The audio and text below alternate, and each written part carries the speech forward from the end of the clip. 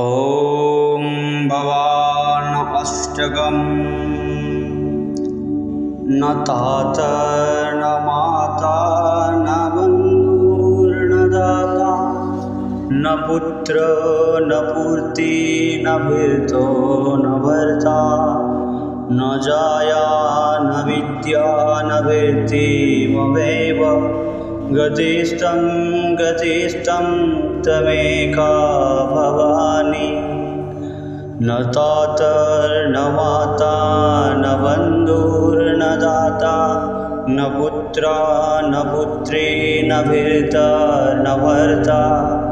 न जाया न विद्या न वेत्तिमवेव गतिस्तं तमेका भवानी भवाब्धो भवपारे महादुःखभीरु पपात प्रकामी प्रलोभी प्रमत्व कुसंसारपाश प्रबद्धो सदाहं गतिस्तं तमेका भवानी भवाब्धपारे महादुःखभीरु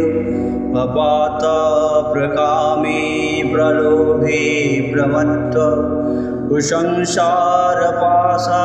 प्रबद्धो स्वदाहं गतिस्तं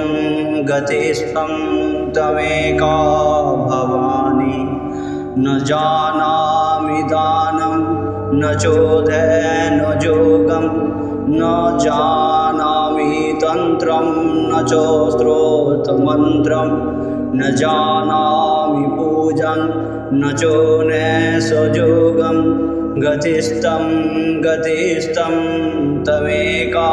भवानी न जानामि दानं न चोदयन योगं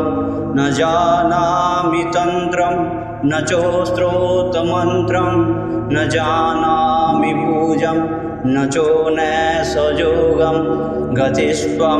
गतिस्तं तमेका भवानी न जानामि पुण्यं न जानामि तीर्थं न जानामि मुक्तिलयं वा कदाचित् न जानामि भक्तिव्रतं पाविमातं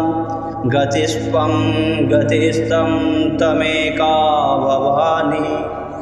न जानामि पुण्यं न जानामि तीर्थं न जानामि मुक्तिलयं वा कदाचित् न जानामि भक्तिव्रतं पाविमातं गतिस्तं तमेका भवानी कुकर्मी कुसंगी कुबुद्धि कुदास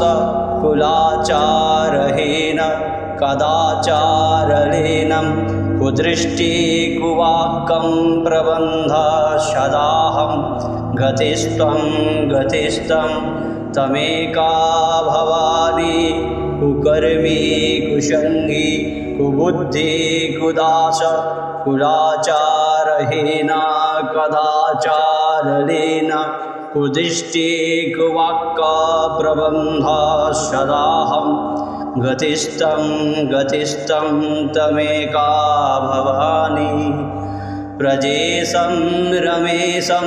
महेशं सुरेशं दिनेशं निशीथेश्वरं वा कदाचित् न जानामि च्वानत् सदाहं शरण्ये गतिस्तं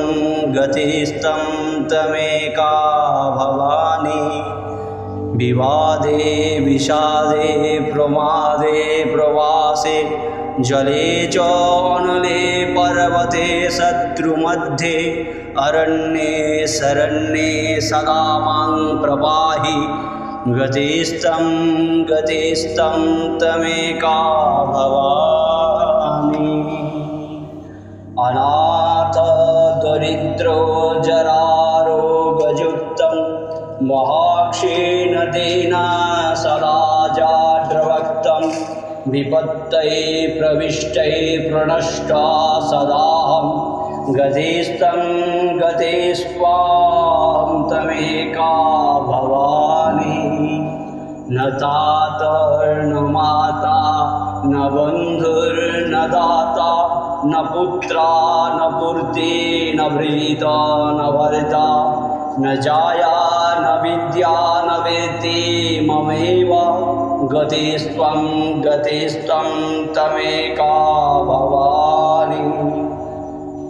इति श्रीशङ्कराचार्यकृतं भवाण्यष्टकं सम्पूर्णम्।